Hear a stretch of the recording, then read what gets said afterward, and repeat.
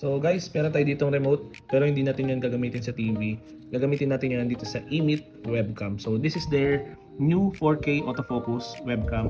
So meron na siyang bagong telephoto lens. So upgraded na siya dun sa previous version. RGB light dyan as indicator na gumagana yung camera. So dito sa remote, hindi na natin kailangan mag-download ng app para lang i-tweak yung mga settings. So for example, gusto natin na i-mirror. So pindutin lang natin dito. Gusto natin inverted, yan. Gusto natin mag-zoom in, press and hold lang. So ganito yung focus niya and ganito kalayo yun kapag default camera. So, kapag naka-telephoto tayo, pwede tayong mag-set ng focus. Yan. Kahit malayo yung subject. So perfect to for meeting, live streaming, pang work from home. Meron din siya mga color profiles here. Number 1, yan, medyo warm. Number 2, cool.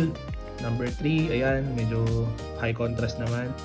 Yung number 4 naman, black and white. For example, gusto niyo ibalik sa dati, sa default, pipindutin niyo lang to para mag-reset.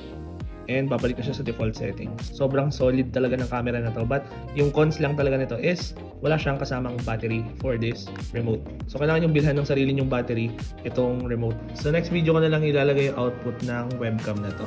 If you have any questions about this webcam, just comment it down below para masagot natin and magawa natin ng video reply. And if you're interested, I'll just put the link down below then and follow for more.